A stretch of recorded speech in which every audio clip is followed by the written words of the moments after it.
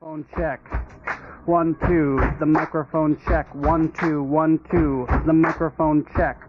I got my headphones tuned between two different AM stations, and my briefcase is full of declassified information. Declassified. Declassified.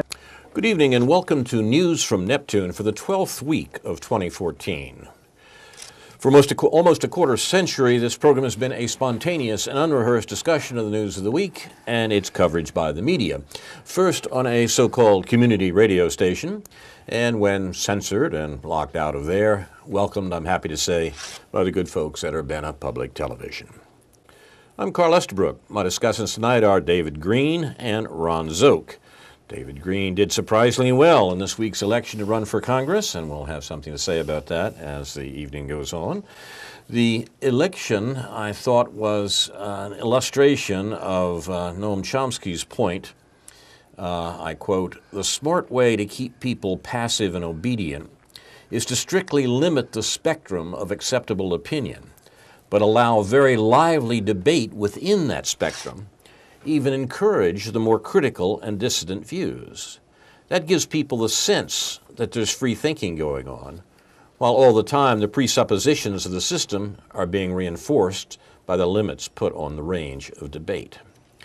David stepped out of the spectrum of acceptable opinion in this last election, running for Congress in the Democratic primary, and his opponents stayed well within it.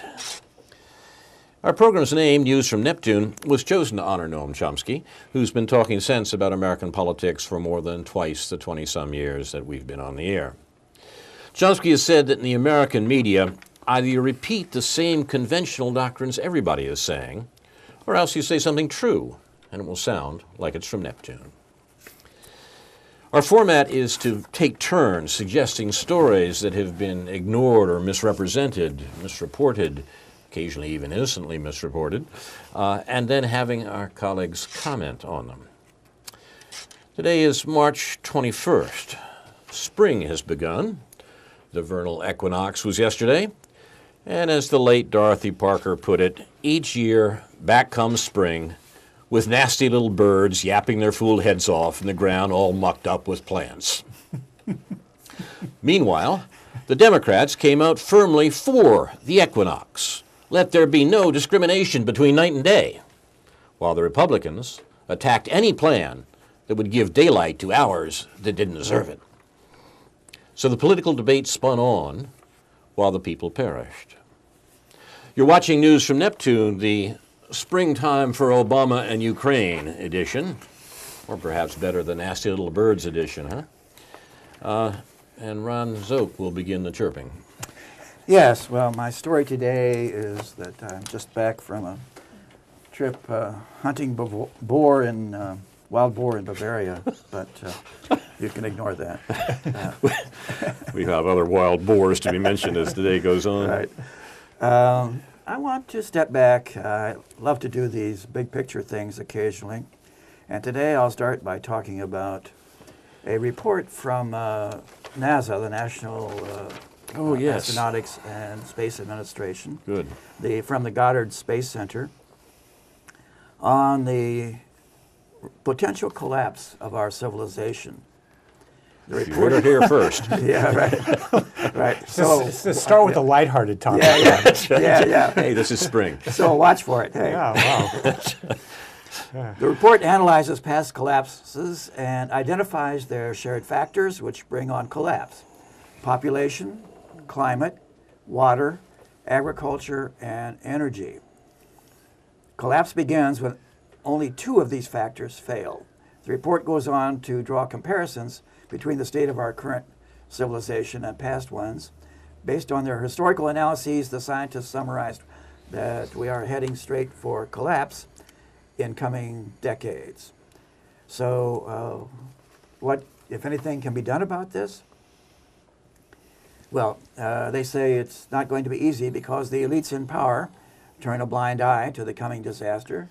They don't believe it, and they will largely be successful because of their money in creating a lot of uncertainty, doubt, using the FUD strategy, fear, uncertainty, and doubt, to claim that it's all nonsense and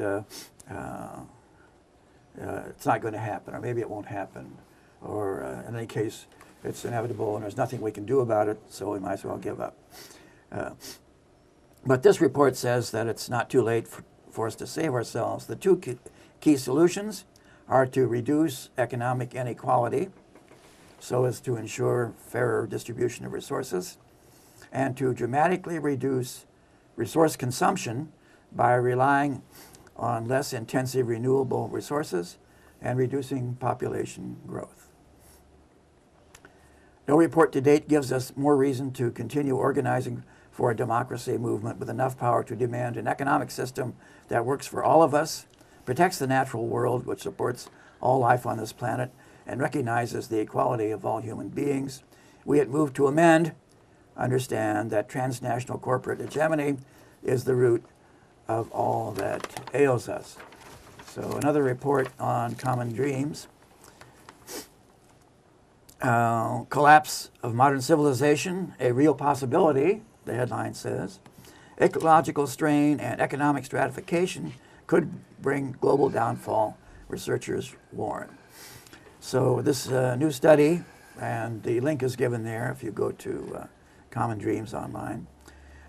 History shows that complex, advanced civilizations from the Roman to Han empires are capable of collapse, note the authors, who hail from the universities of Maryland and Minnesota. So based on this model, the researchers employ a new cross-disciplinary human and nature dynamical model led by applied mathematician Safa Mansyari of the U.S. National Science Foundation-supported National Environmental Synthesis Center in association with a team of natural and social scientists, explains an expositor writing for The Guardian. So they list the same kind of factors that are creating the problem. They say over the last 5,000 years of human history, the stretching of resources due to the strain placed on the ecological carrying capacity and the division of society into elites, the rich, and commoners, the poor, as a result of the previously mentioned factors, have appeared across societies that have collapsed. So the authors then go on to warn that these trends are present in modern civilization.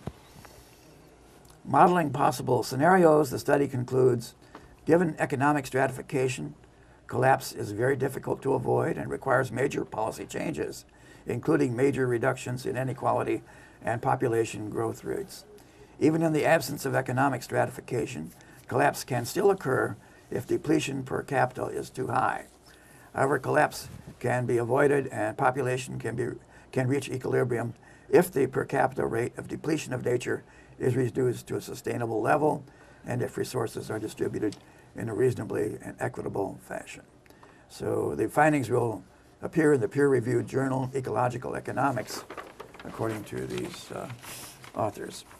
So this illustrates for me, once again, the dilemma of those of us who are concerned about the environment and the poor at the same time, that could we bring all of the world, everyone, or the great majority of people, up to the level of the United States average, let's say, and the ecologists tell us that no, that's impossible. It would take 3 or 4 planet Earths to provide enough resources to do that. So should we try to lift the living standards of the poor? Well, yes, but will that consume more and more resources? Fossil fuels, irreplaceable resources, unsustainable operations, and that also seems to be true. So there's a big dilemma there, and I don't know what to do about it, except to support both of these to the extent that we can, and hope that Armageddon is not too close by in the future. I'll stop there. Thank you, Ron. Yeah. Your reaction, David? Well, yeah, I mean, I guess I am interested in what the relationship is between economic inequality and environmental degradation. And I'm not sure that I understand that, but I think that there's a certain, I mean, what you're referring to the fact is if poor people aren't poor, then they're going to be consuming more resources. Yes. But the result of economic inequality is that A, the rich consume a lot of resources. Yes. B, the poor tend to be subject to a sort of toxic, to the results of our toxic environment in ways that would not be the case if they were politically more powerful. Yes. Exactly. So and then the whole society itself, under those circumstances, it's more difficult for the society to become motivated around everyone consuming less. I mean, of understanding what it would be to have a decent general standard of living without the kind of consumption and the effects of consumption that we find now. I mean, more dense urban areas and more carefully developed rural areas. So I think these are kind of complicated problems, which I wouldn't claim to understand, but I think it is important. I think that it is right to try to understand what the relationship is between not just economic inequality and the environment, but between how all that plays out politically in terms of general empowerment and what can be done on that basis. More and more, I see clean air and water being treated as if it's a luxury good.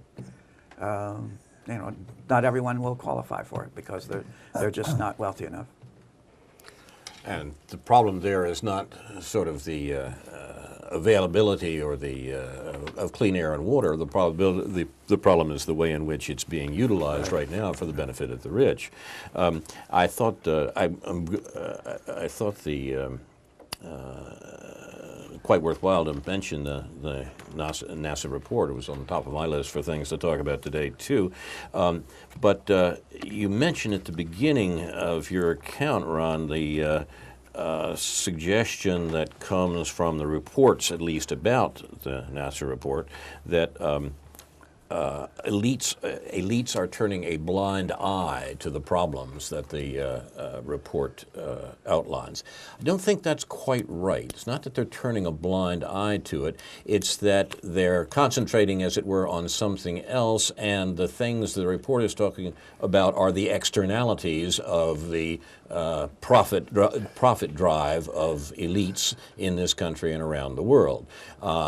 In order to produce the standard of living, in order to produce the wealth, in order to appease the greed of the 1%, what we do is construct a society that is wasteful and exploitative, and that's what has to be changed. The elite it's not that the elite is noticing what's happening, it's that they're doing it precisely because that's the easiest way for for elite profits to arise. And the cost can be externalized, that is, cast off into the world at large and into the world of poor people.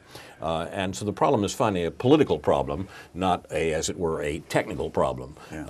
The technical problems are serious and can indeed be discussed. Energy, for example, the production of energy from fossil fuels is something we know has to be changed. But the problems, as I say, are not technical. The problems are political. The report is interesting. It's parallel to a big book that has just been published in this country by a French economist called Thomas Piketty, called Capital in the 21st Century. And it's a long and detailed study that's been commented on various ways by professional economists and others, and there will probably be a good deal more discussion about it too. But at the heart of his book is a fairly simple idea. It says that capitalism as an economic system tends to inequality and is only corrected by major upheavals every now and then, and that the tendency to inequality has to be attacked, as it were, directly.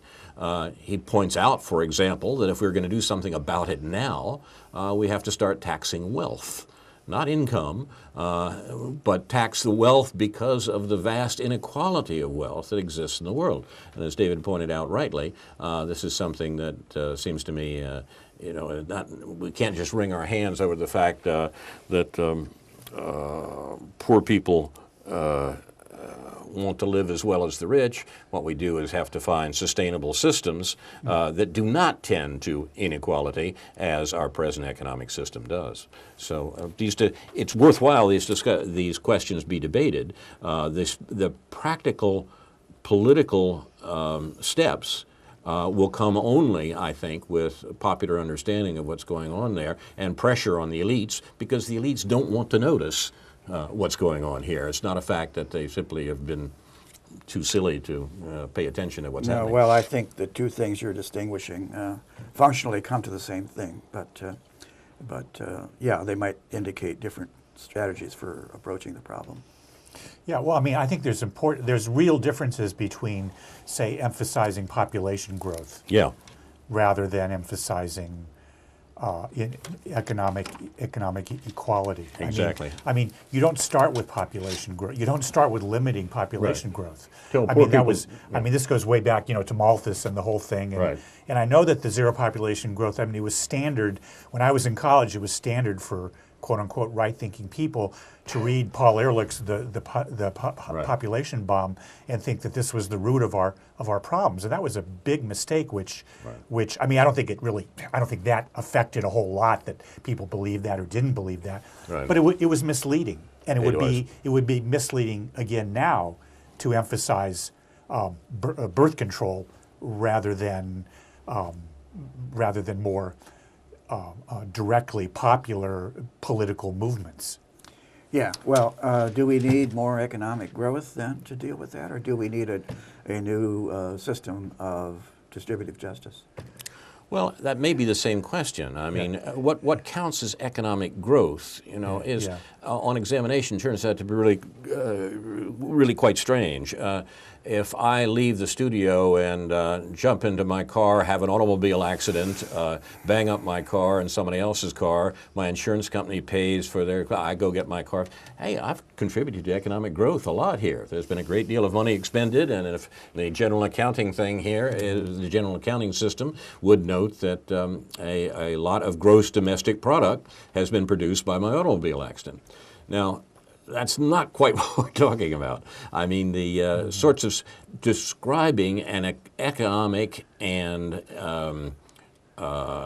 indeed industrial system that actually serves the interests of people and does not destroy the planet is doable and needs to be done.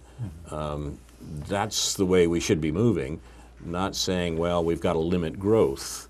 I think the one analogy that could be drawn has to do with the research also the sort of similar research that's done in terms of public health, and this fairly well-known book called The Spirit Level that came out 3 or 4 years ago by a British researcher named Wilkinson, where they talked about economic inequality and general public health and other measures of people's collective well-being in terms of physical and mental health in relation to levels of inequality, however that might be measured.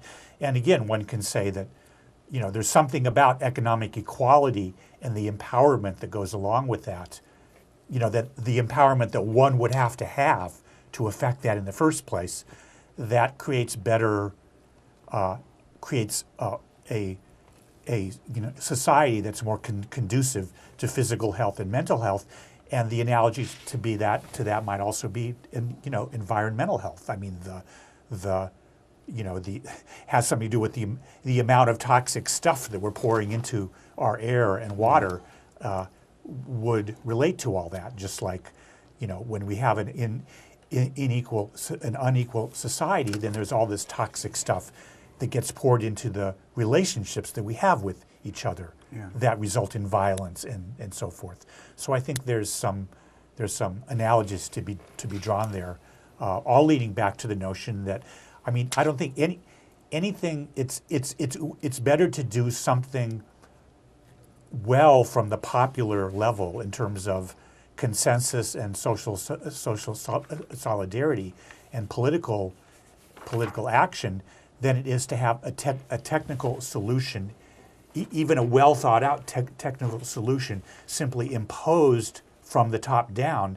that for which people don't understand why it's being done. I mean, there's a place for that. There's a place for good science, but there's also a place for people to understand what they're doing, what we are doing, and then be accountable for it. Yeah. Yeah. Well, more and more economists are saying that what's inhibiting economic growth now is the degree of inequality, especially in this country, which I think is reaching the breaking point. Yeah. So we'll see. Again, I will say that we seem to be in the midst, unconsciously, of some great experiment to see how far this inequality can go without destroying a nominally, purportedly democratic society. Yeah. Just at the most basic level, when you talk about raising minimum wages, you know, when you raise the minimum wage, it means that workers are being paid more. Their employers want to get more out of them, so they figure out ways to work in a more productive fashion, and so that, you know, that's an example in which in which promoting relative equality also promotes economic productivity. Not that economic productivity is the be-all, end-all, but you know. Yeah. You're watching News from Neptune. We were discussing the news of the week and its coverage by the media, and the big picture, as Ron says, as well as the local picture. We'll go to David Green, who was an influential player in the local picture recently. Yeah. So, you know, how do I segue from saving the species to my political campaign or whatever? The fact of the matter is, I think there's a connection. So. Well, that's the God important help point. us. That's what has to be done. Right? Integrating macro and micro Exactly. perspectives. Yeah, That's right. difficult. No, I mean, so what are the facts and figures here? We had 80,000 people come out to vote in a primary election for both parties, out of a district with a registered voters of 400,000. So we had about a 20% turnout, okay? So out of those 80,000 people who voted, there were two candidates, one in each party, basically selected by the power elite in those parties, of course, Rodney Davis and Ann Callis, and they received a total of, out of those 80,000 votes, maybe 50,000 votes. So there was, among the people who bothered to vote, about 45% didn't vote for either of those two candidates. So registered some level of discontent with the candidates that had been chosen for them. Among the two candidates on the quote-unquote fringes, in Chomskyan terms, of the limits of allowable debate, there was me and the Libertarian candidate in the Republican Party, Mike Fershing, I got about 4,500 votes. He got a little over 2,000 votes. So we're talking, 6,000 or 7,000 votes out of the 80,000 from people that clearly want something real different in one way or the other. I was looking at his Facebook page, and he made a comment there. He doesn't see anything positive that came from his getting 2,000 votes.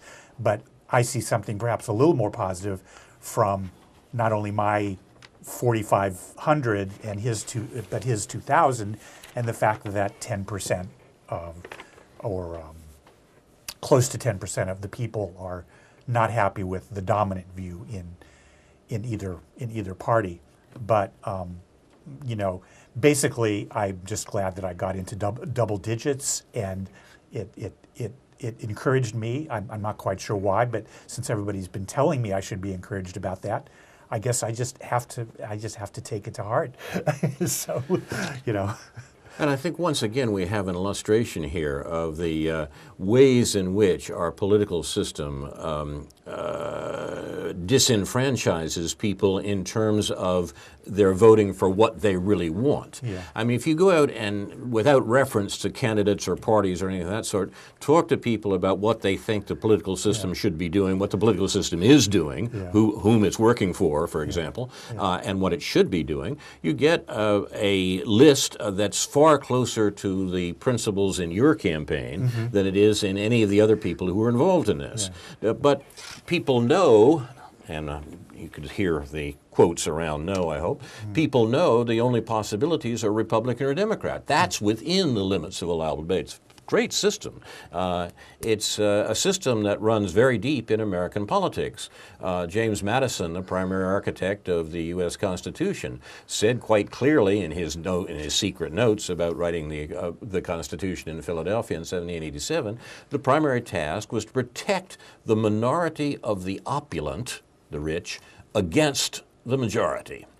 That's, I mean, perfectly reasonable. Look at the people who were drafting the Constitution, the people who made the American Revolution, and you know, there's no surprise here. But that principle in American politics maintains to this day, and so we get the sorts of candidates and more importantly, the sorts of the limits of allowable debate that we have in this last election. If I keep thinking that we should have, we should try to find ways to get the candidates out of the elections. That the elections should be about the proposals and the programs that the new government or the new representatives would vote for and would speak for, without putting perhaps the labels Republican, Democrat, Libertarian, left, you know, if there is such a thing. From the very start, you get labeled as favorite. You know, the person who's selected by the National Party, in this case Ann Callis, got labeled as the favorite. George Gollin got labeled as the challenger to the favorite, but a credible candidate because he's in the, you know, because of he represents Champaign County and allegedly progressive voters in Champaign County and allegedly a sort of academic approach to some of these problems. Both of them were kind of trading on their professional backgrounds as a lawyer and judge in the one case and as a physics professor in the other case. And again, and it, referring to what you're saying here, it kind of, I mean, I never would have thought to run on whatever job that I might have, other than that I'm interested in public policy and have tried to think a lot about it, and read a lot about it, and think a lot about it. And I mean, namely, I would be running on what my views are about public policy, not my expertise on the bench or in the physics lab. I never quite knew how to get beyond any of this stuff. I mean, there was never really a chance to try to focus on what again, as I've said before on the show, what the right questions are, and beyond this business of it. What you're referring to in terms of the limits of debate is, yes, questions get asked, but it's assumed that there's certain issues that we ought to care about.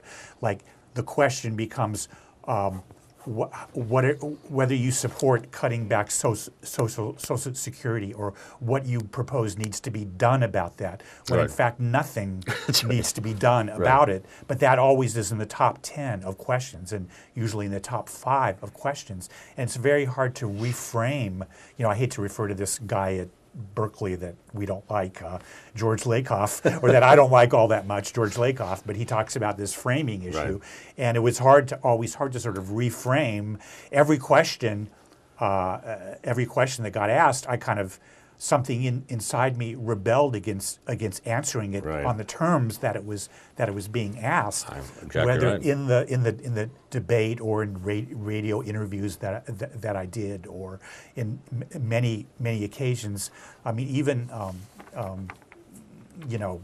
the very last appearance we had down in Edwardsville, they gave us a list of questions. The League of Women Voters gave us a list of questions which they suggested that we answer, And I don't think I answered any of them. By that time, I was basically just fed up with the whole thing. I had written something. I mean, I referred to a couple of things perhaps, but I just had written what I wanted to say, and I said it, and I said, I think that's necessary. I Yeah. mean, the framing, the proper way to understand the framing issue, Yeah. the proper way to frame it perhaps, is in Thomas Pynchon's words. If they can get you asking the wrong questions, they don't have to worry about answers. Yeah.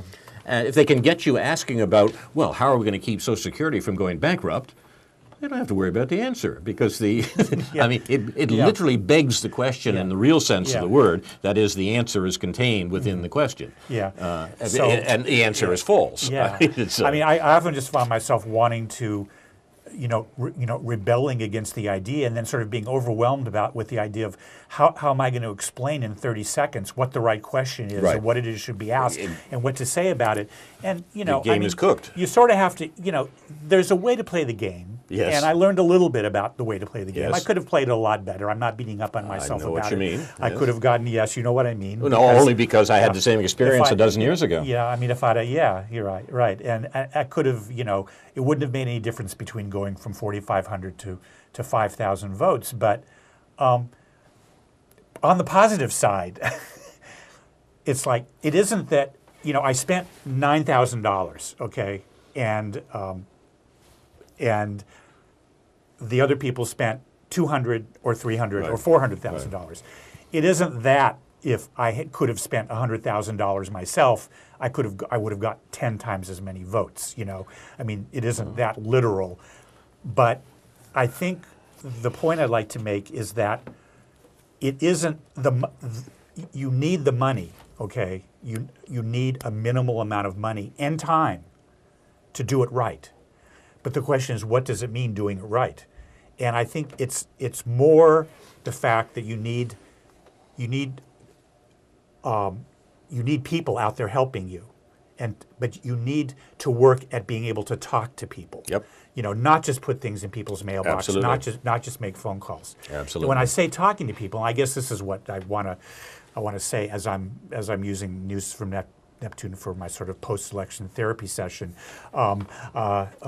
Therapy for all of us. Yeah, I really, what I expected, what I was most naive about in getting into this, as well as maybe not getting into it soon enough and not laying the groundwork that I can see needed to be laid, is that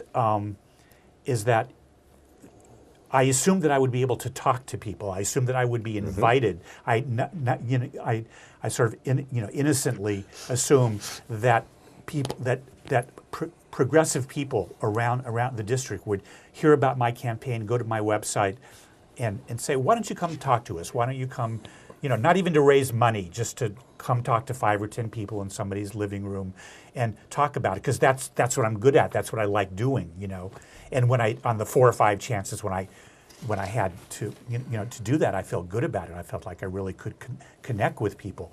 But there aren't very many chances for doing that, and Right. people don't see an election in that way.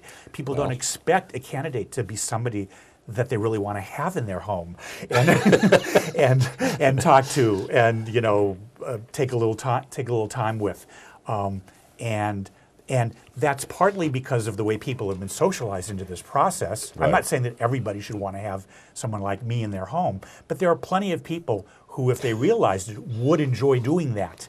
But that isn't the way the system is kind of set up. Right, David. The point is that the brilliance of the American political system is to take every question of principle and turn it into a question of personality. Right. The candidate, we don't hear how the candidate is going to vote on war or peace. We don't hear how the candidate is going to vote on taxes or minimum wages. We do hear about the fact the candidate is a nice guy. He's a teacher in college. He likes his students. She's a judge who's done a good thing on the bench of trying to help people who came before her with drug problems. I mean, we're emergency room physician, to take the last election. I mean, something, these are good people. doing good things. Harry Shearer's Le Show is coming through here, who talks about, he's one of the few people around who's talking about the way in which elections are taken in that direction. I have I have a technical point to discuss with you that engages with this issue entirely.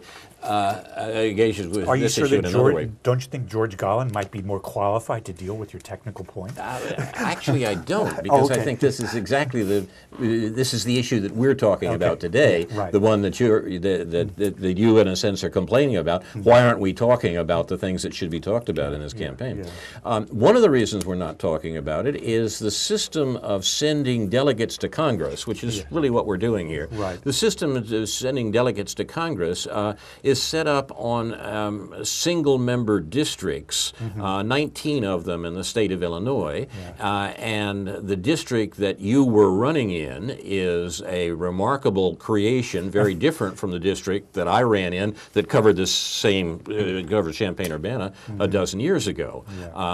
There's very little overlap except for Champaign-Urbana, as a matter of fact. But your district runs in a line practically to St. Louis, and the county where Judge Callis was from was included in this district, a district which it was said was to be well balanced between Republicans and Democrats. Well, we can argue about that, but the problem is with the single-member district. If the single-member district is the standard, then the personality issue is unavoidable. Suppose we elected delegates to Congress at large.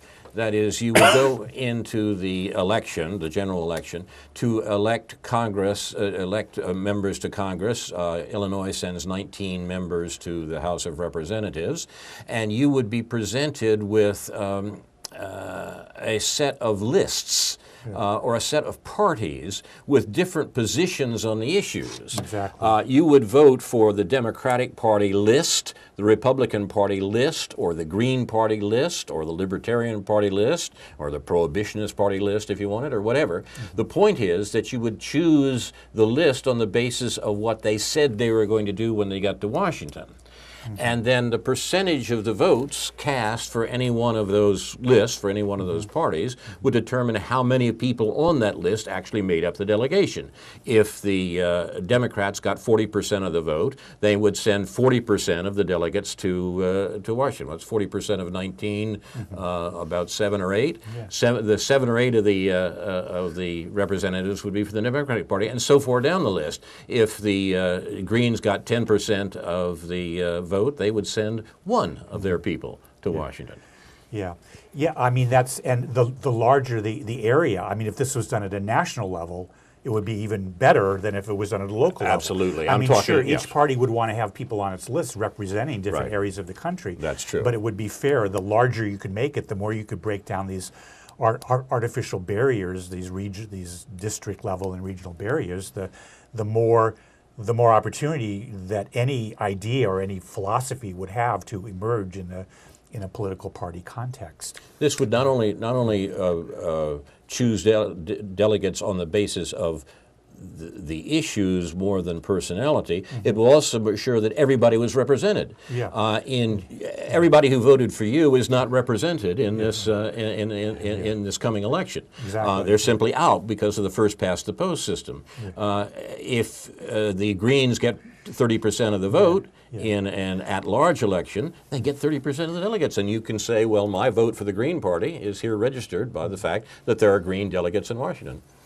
Some claim that parliamentary systems are better in this respect. Well, this isn't exactly a parliamentary system, of course, because, I mean, a parliamentary system, the British parliamentary system, for example, is first past the post, and there has been a struggle. There continues to be a struggle in Britain about whether they should go to some sort of proportional representation. But we have this winner-take-all system, which produces terrible results.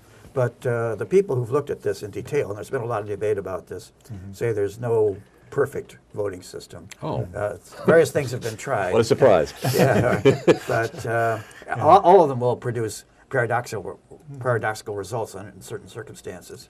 But there are certain things that could improve it. Cumulative voting, none of the above, NOTA choice on the ballot, and so on. All of these deserve to be tried. I'd be much happier to have my vote registered in the fact that there is a representative in the House of Representatives from Illinois that represents what I voted for than not. Yeah. Well, just, I mean, you know, to get to the heart of what my complaint is, and, you know, in terms of this campaign and election, in terms of what I discovered, which I guess I probably would have already figured out if I had known it, is that the Democratic Party, I mean, these parties are authoritarian, totalitarian, whatever word you want to use. They are top-down. They are shamelessly top-down when it comes to picking who they want to run in this district, to follow their orders, and even more shamefully in the way that they selected someone who they are obviously putting up there to reflect nothing, again, to refer to the character's name that I referred to last week on that Peter Sellers movie, Chauncey Gardner. That's right. In the movie Being There. It just sort of will reflect what the sort of nice things, and it's, you know, it's clear that this been drained, the process becomes drained of all substance, all to sort of serve the idea that you need another D in Washington. You need to replace an R with the D, and that when this progressive, so-called liberal or progressive myth that if we can just get the Congress back, everything will be okay, and slay the evil, wicked Tea Party, everything will be okay. And George Gallin's mistake, quote unquote, I mean, I don't think it's really a mistake, because I think he was being who he was to a certain, he is, to a certain extent, philosophically speaking, is that he wouldn't challenge that. He would have had better luck. Right. I mean, he spent 20 or 30 times as much as me to get twice as many votes, because he didn't appeal to the people who voted for me, who understand that you really have to challenge the power structure in Washington, and he would have enthused more people, and I wouldn't have even run in the first place if I had seen him doing that. You know, you won in a walk in votes per dollar spent. Yeah, right, and I get the better business award. I get the Chamber of Commerce award for doing that, I guess. Right? But I thought one of the most interesting things about the actual returns, David, was the fact that you had 11% of the vote in the Democratic primary in Champaign-Urbana and 14% in the district, and most of the district is rural, and the district as a whole. And you pointed out that some of those votes actually came from the south part of the west part of the district. Yeah, I got over 1,000 votes in Macoupin County, north of which Madison you County. Understand as opposition to the Democratic Party control of that area, right? Yeah, I guess. I don't know what. I mean, George Gallin and I each got 20% of the votes in that county, and the turnout was real high in that county. You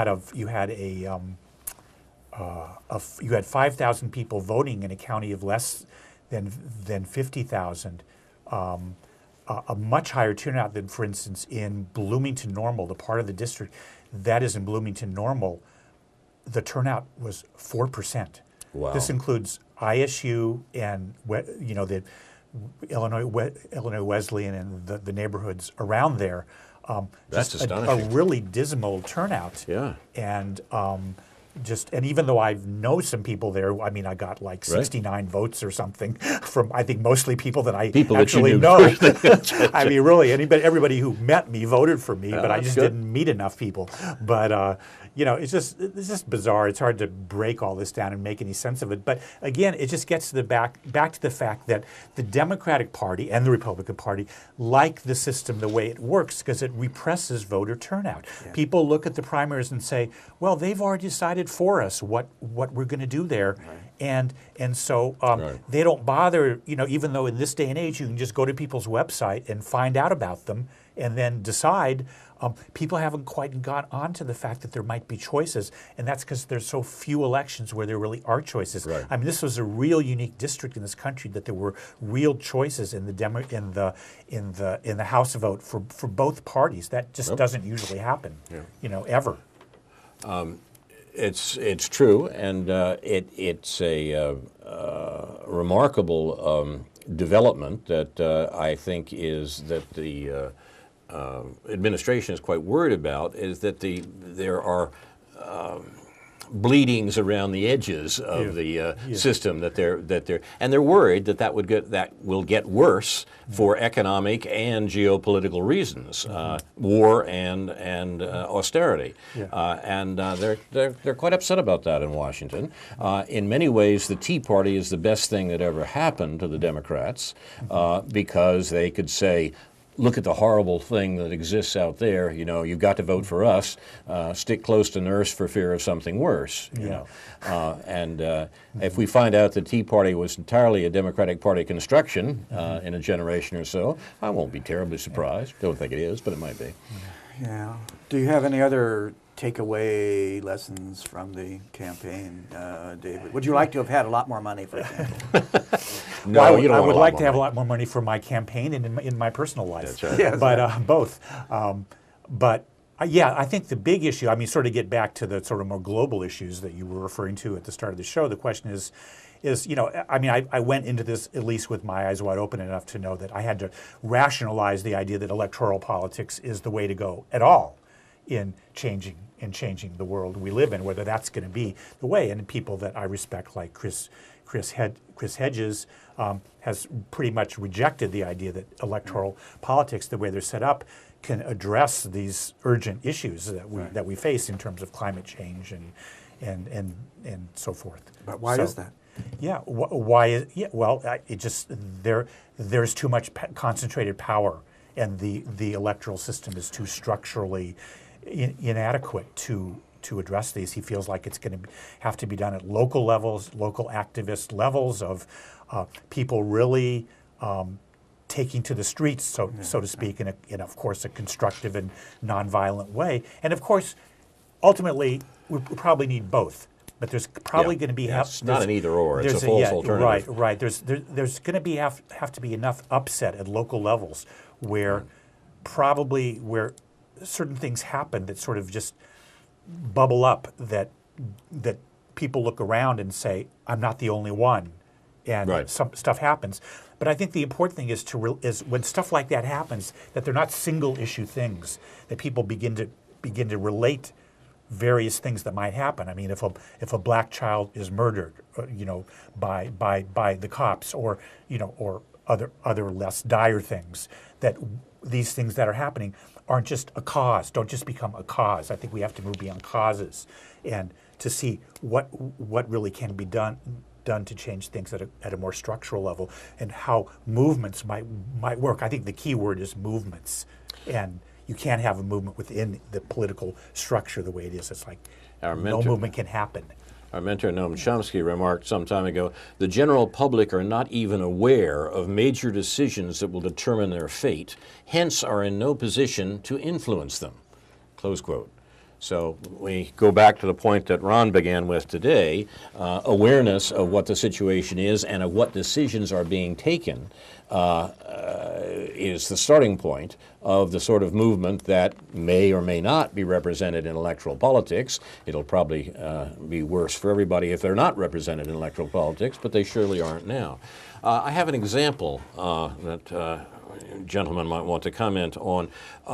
On Monday in The Hague in the Netherlands, there begins a nuclear security conference involving 14 nations. Obama himself will be there, apparently, representing the United States, and they're considering the question of nuclear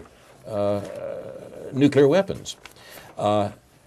Amidst the Crimea River coverage of the media this last week, and the elections and so forth, I don't think 1 American in 10 knows that such a conference is beginning.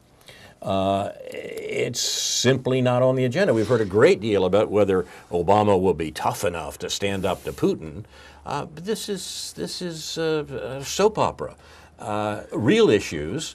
Chomsky himself suggests that the two real issues facing the country, or the first one that Ron mentioned from the NASA report this morning, that is environmental catastrophe, and the second one, nuclear war.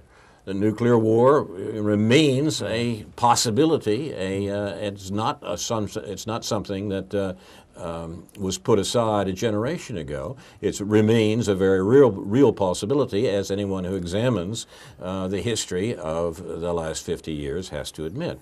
Okay, here we have an international conference on the issue coming up, and nobody knows about it. It's not being talked about. It's not an issue, you know. And that seems to me that it couldn't be a better illustration of Chomsky's point. The general public are not aware of the major decisions that determine their fate, and so therefore the public is not in any position to influence them. You'd think the public is engaged in a lot of massive data reduction. I mean, how do they deal with all these issues? People who don't have the leisure that we do as retired people, or well, except David. But we can study these things and think about them, but most people can't. So I think their thinking gets reduced to who looks like a nice guy, Oh, yeah. and who seems sincere. And of course, that's what's being encouraged. Yes. You know, they don't. The last thing our rulers want is a system where folks actually get together and talk about how we should organize the society. What should we do about taxes? What should we do about production? What should we do about jobs? We don't want people talking about it. They want you in front of your TV set or your computer screen, and not talking to other people about these things. But what is any self-respecting leftist supposed to think of any conference of this nature where powerful people meet and where things go down, whether it's with the climate change or whatever? I mean, anything that Obama is at, how could anything good come out of knowing that the United States sort of has veto power over what goes on at these, and that means nothing is going to happen to challenge our power. I think knowing that. Yeah. In other words, it's like the Davos conferences, you know, when conferences take place and we can point to that and we say, look, here are the people who are running the world economy, getting together and talking to each other. Do you notice that there are a group of people running the world economy? Yeah. It's not just happening. Right. Do you notice that there is a real chance that countries' competition will lead to nuclear war? It's not something that's just happening or not happening. Right. And so the awareness of these actual the positions taken by our leaders is the beginning of wisdom, I think, in the body politic. That's what we got to talk about. Hey, that's why we did this program, right? At a practical. Oh, now I know why we do this. Yeah, right.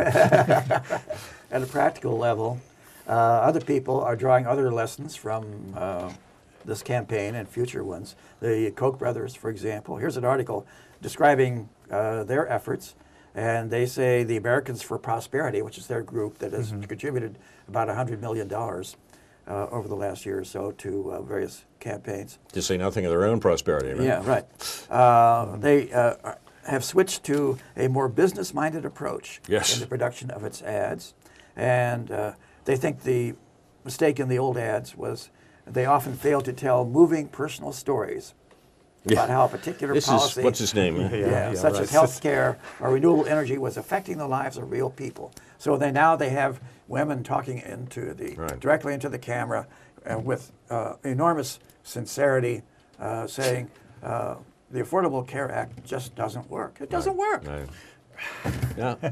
Now, Social Security is going to go broke. I'm not going to get my Social Security. But again, the question I was constantly asked: do you support the ACA? Do you support Obamacare? And of course, every time I had to say, well, I don't want to get rid of the ACA. I just want to move beyond it as quickly as possible. But it was an opening to say that. Yeah, you it could was. say that. It was. Yeah, I did. That was one of the easier ones to deal with. Right. You know, as opposed to being asked about windmill tax credits. And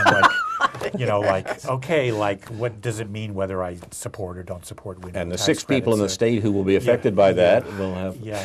Are you for or against coal? Yeah. Right. That's there's an aspect of the week's news that tells, I think, in a certain direction on these questions that may in fact be appropriate. And I'm referring to behind all the kerfuffle about Crimea and Putin, the separatist questions that are emerging in polities in many parts of the world.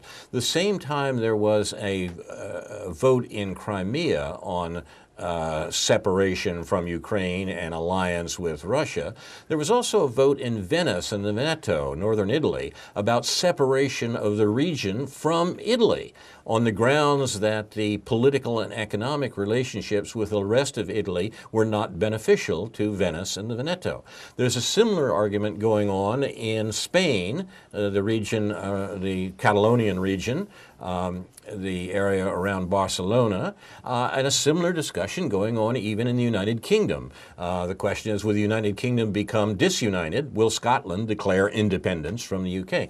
Okay, these things are not unconnected, and they are not immediately involve the questions we've been talking about here this evening, but they relate to them.